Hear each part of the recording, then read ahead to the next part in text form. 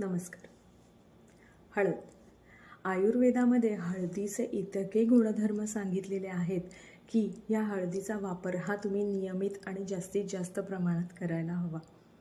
आता हळदीमध्ये कोणते गुणधर्म असतात? तर हळद ही एक एनर्जी सोर्स आहे. त्यानंतर हळदीमध्ये अँटीबॅक्टेरियल, अँटी इन्फ्लामेटरी हे गुणधर्म असतात. त्याचप्रमाणे हळद ही गट हेल्थसाठी खूपच उपयुक्त असते. लहानपणी आपल्याला हळदीचं दूध दिले जायचं. आपली आजी आपल्याला हळदीचं दूध द्यायची. पण ते फक्त लहानपणीच घ्यायचं असतं का? तर असं अजिबात नाही आहे. मी सांगेन लहान मुलांपासून मोठ्या माणसांपर्यंत हळदीचं दूध हे आपण प्यायलं पाहिजे. हळद ही आपण जेवणातनं घेऊ शकतो, तशीच ती दुधातून घेऊ शकतो. त्याचप्रमाणे मी सांगेन की गरम पाण्यातूनही तुम्ही हळद घेऊ शकता. पण त्यासोबत मी एक आयुर्वेदिक टिप्स तुम्हाला सांगेन, ती म्हणजे जेव्हा तुम्ही हळद ही गरम पाण्यातून घेता तेव्हा त्यामध्ये तुम्ही चिमूटभर ही काळी मिरी मिक्स करावी.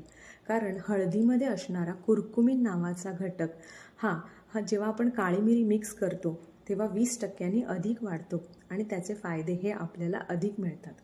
आजकाल अमेरिकेमध्ये टर्मरिक लॅटे नावाने एक कॉफी प्रसिद्ध झालेली आहे.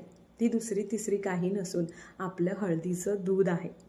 तर बघा, परदेशामध्ये लोक हे आपलं हळदीचं दूध हे वेगळ्या नावाने घेत आहेत आणि आपल्या आयुर्वेदात सांगितलेल्या गोष्टी याचा आपल्याला विसर पडलेला आहे. तर हे हळदीचं दूध तुम्ही नियमित पीत जा.